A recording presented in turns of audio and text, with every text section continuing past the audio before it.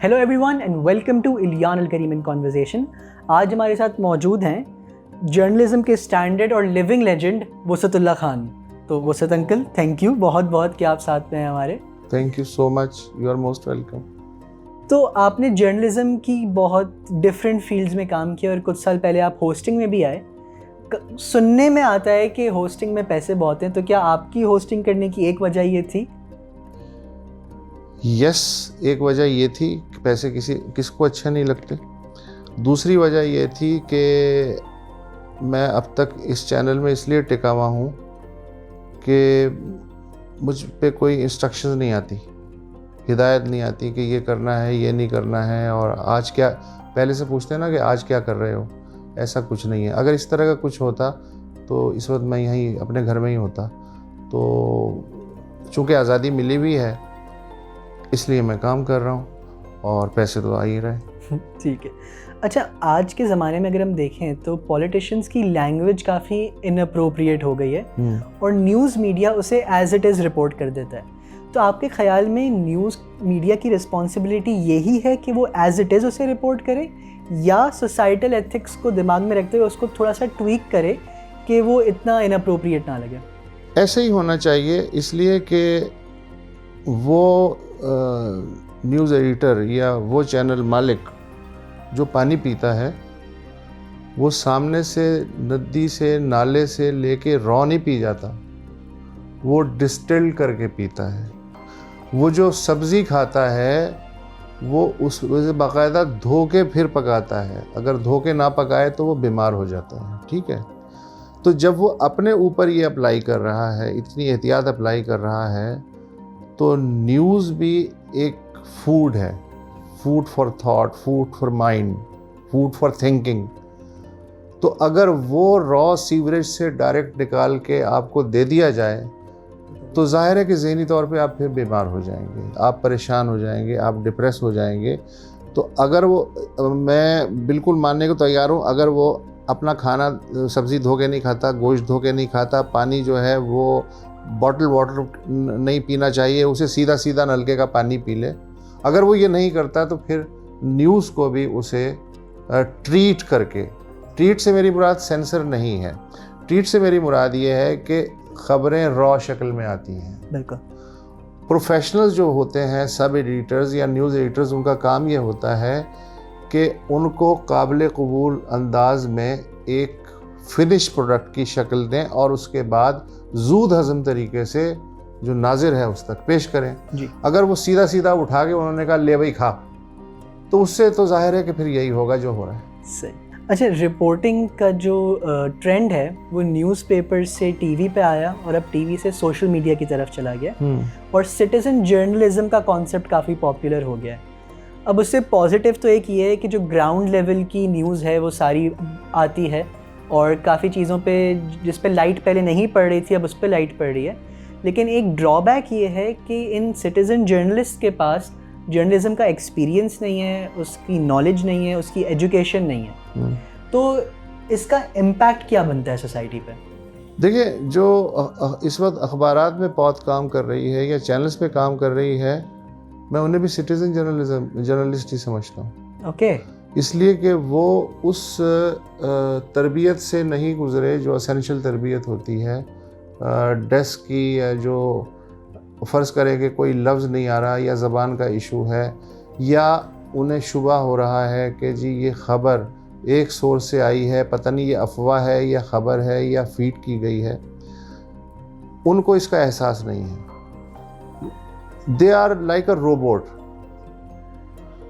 के गुमनाम नंबर से फ़ोन आता है मालिक को, मालिक कहता है न्यूज़ एडिटर से कि ये ऐसा ऐसा है, ये ख़बर जो है इस तरह जाएगी या बिल्कुल नहीं जाएगी, या आधी जाएगी आधी नहीं जाएगी।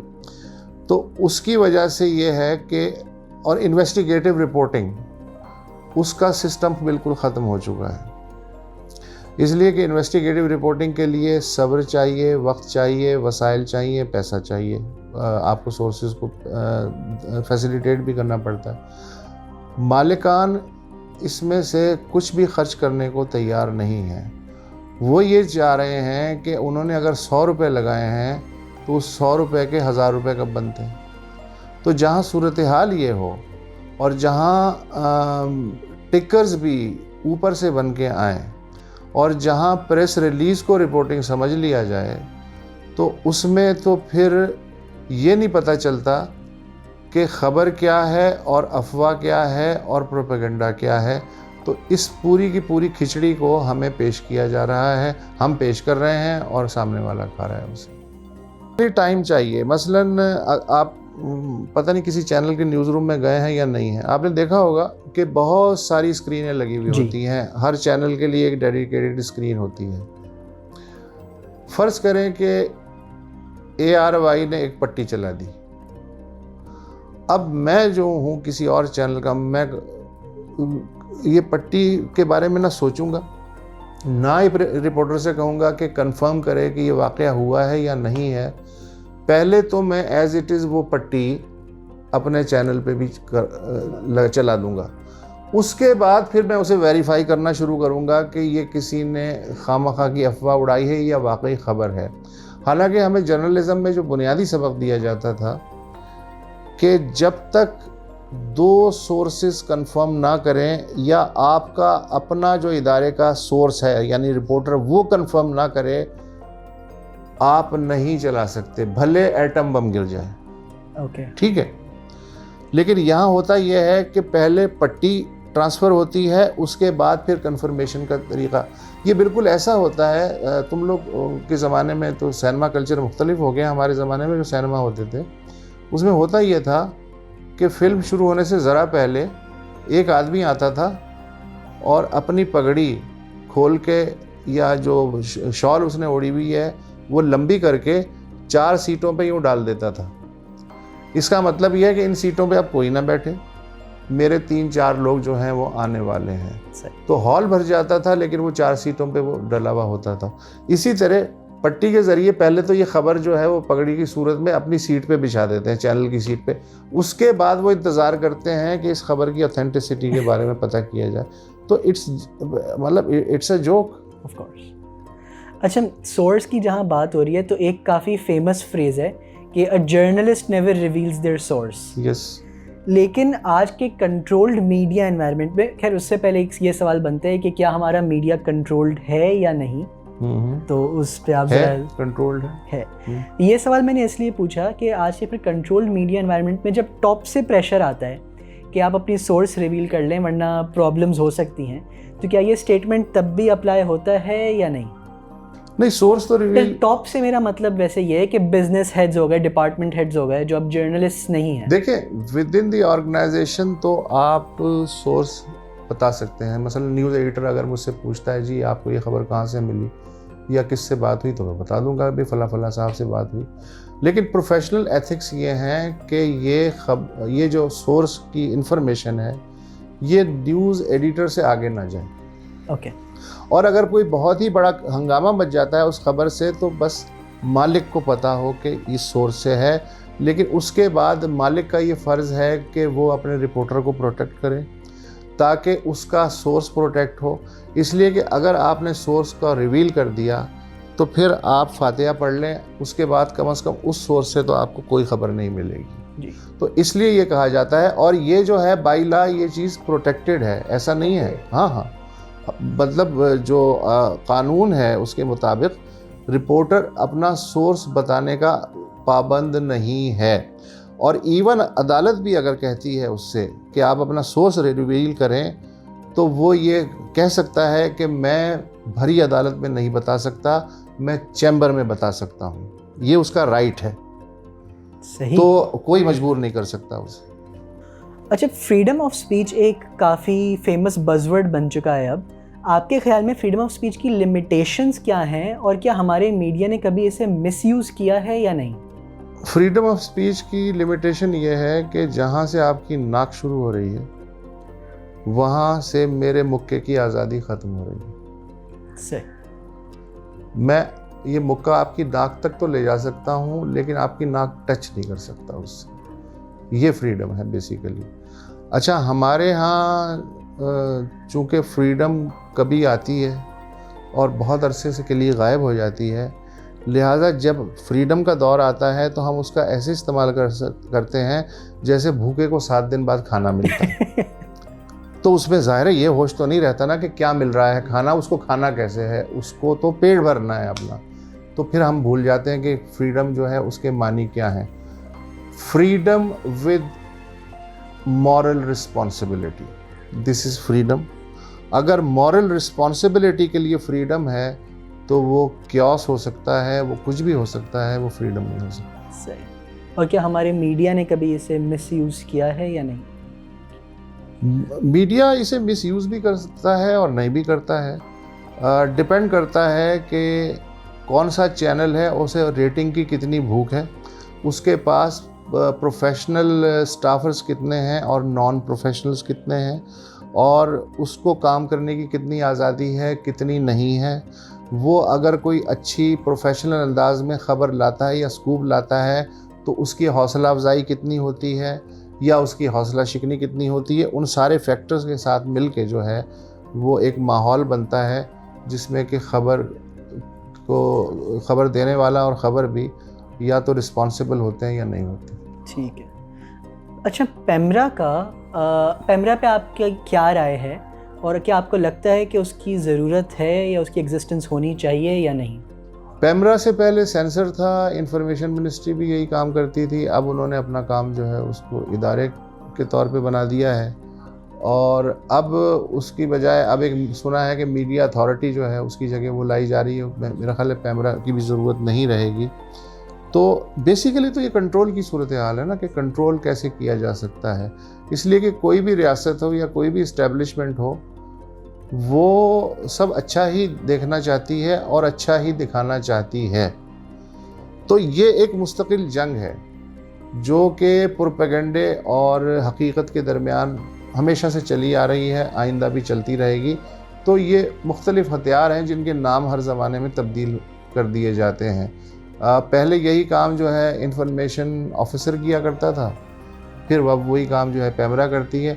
अच्छा, पेमरा अगर ने ज़ाहिर है कि जो एक अपना बनाया है, जो एक ज़ाब्ता अखलाक और क़ानूनी ज़वाबित जो हैं बनाए हैं, उस पे ही अगर वो ईमानदारी से अमल कर ले तो बहुत बड़ी बात है।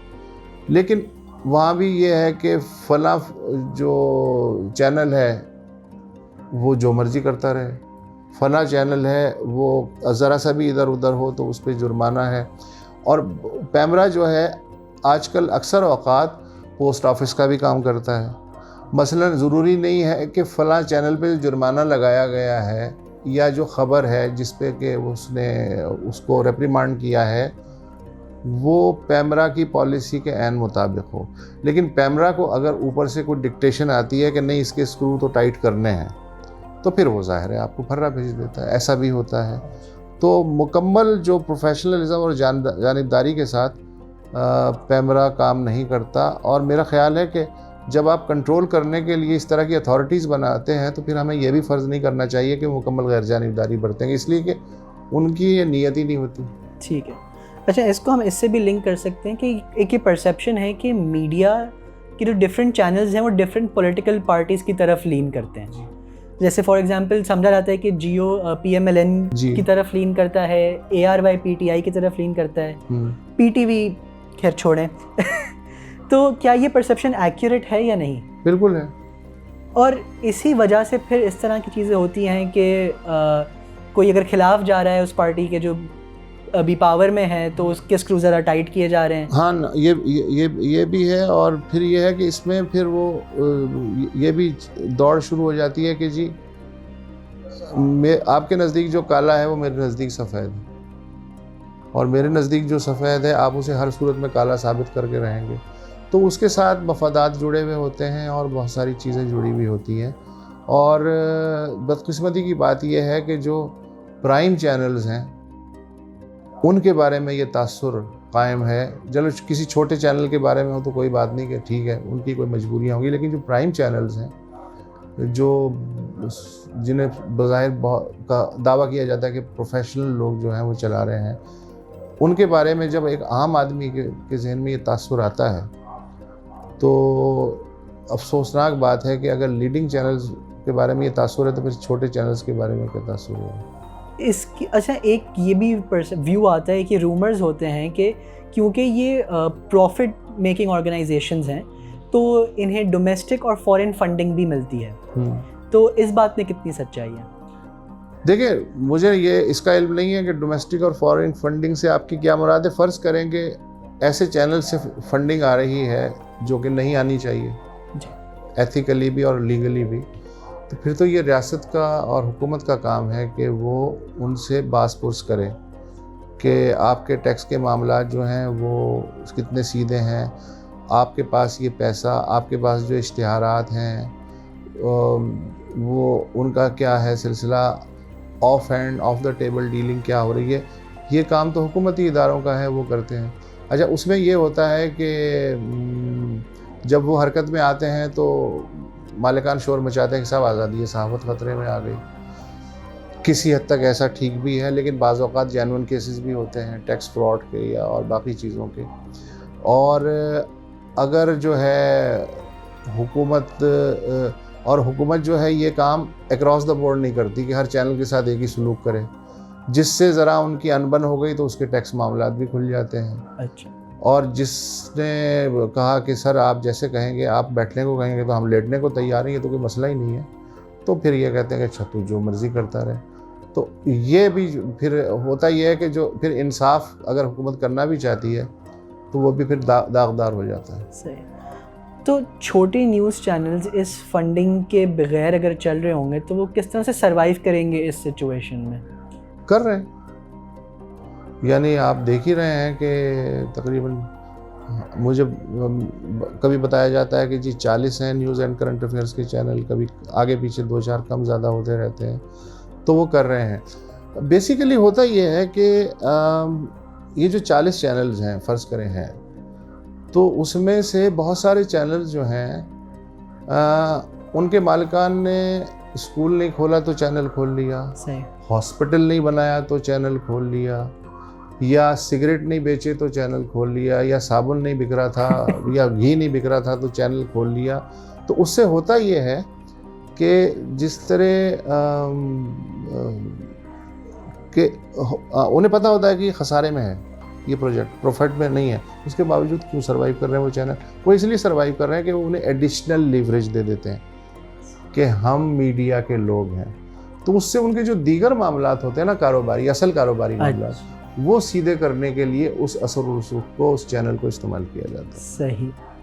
अच्छा, टीवी मीडिया और मेन स्ट्रीम मीडिया में काफ़ी सिग्निफिकेंट डाउनफॉल देखा गया है, जो जॉब कट्स हुए हैं, पे कट्स हुए हैं, तो आपके ख्याल में मीडिया पे जो ये कर्स आया है इसका रिस्पॉन्सिबल कौन है? वर्कर्स, बिजनेस ओनर्स, हुक्मरान, या कोई और फैक्टर है इसमें?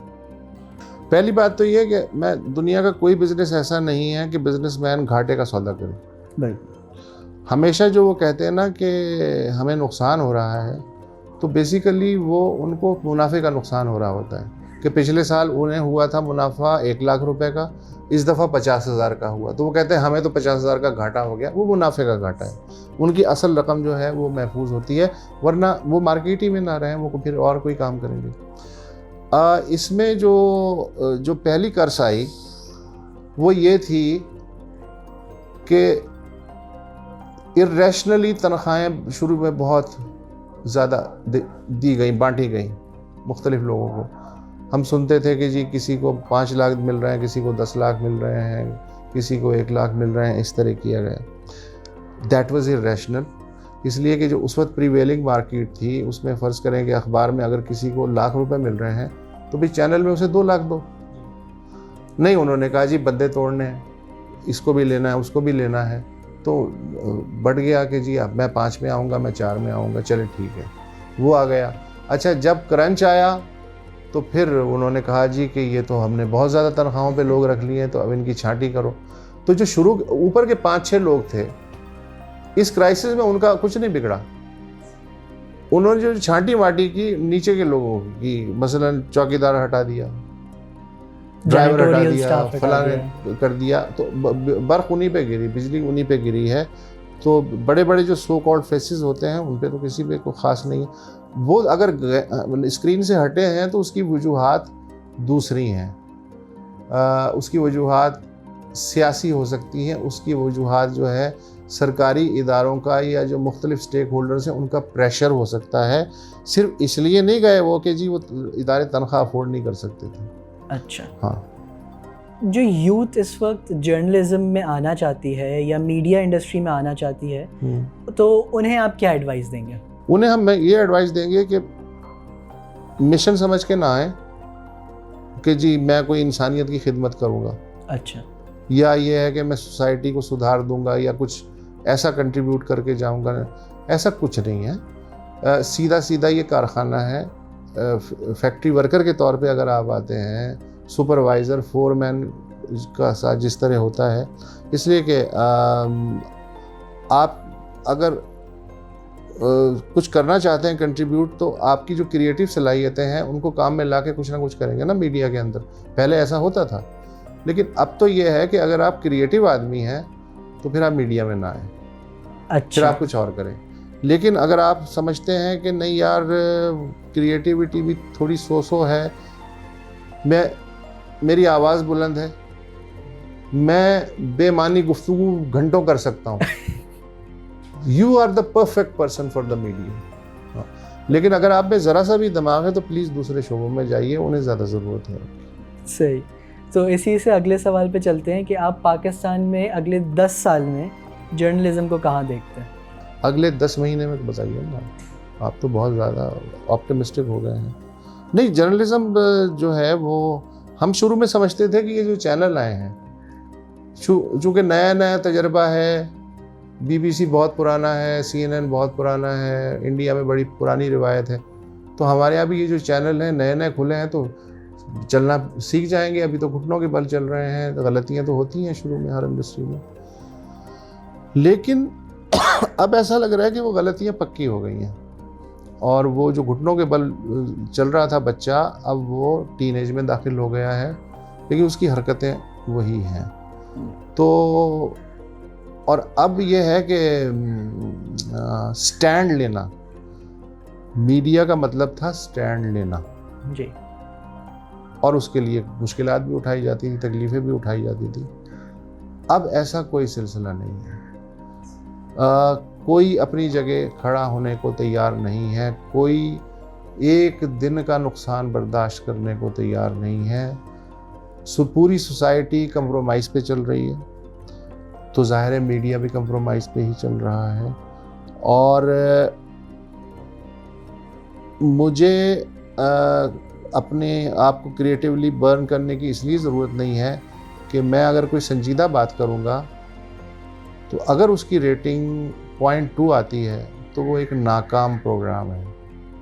लेकिन अगर मैं कहता हूँ ध्यान से देखिए कहीं ये कातिल आपके घर में ना हो, इस टाइप से अगर मैं करूँगा तो ज़ाहिर है सब लोग चौंकेंगे, अच्छा ये कोई नई बात आने वाली है, रेटिंग ऊपर चली जाएगी, मालिक खुश हो जाएगा, ये है असल प्रोग्राम, यही पब्लिक चाहती है, तो उस हिसाब से उसकी वाह-वाह हो जाएगी।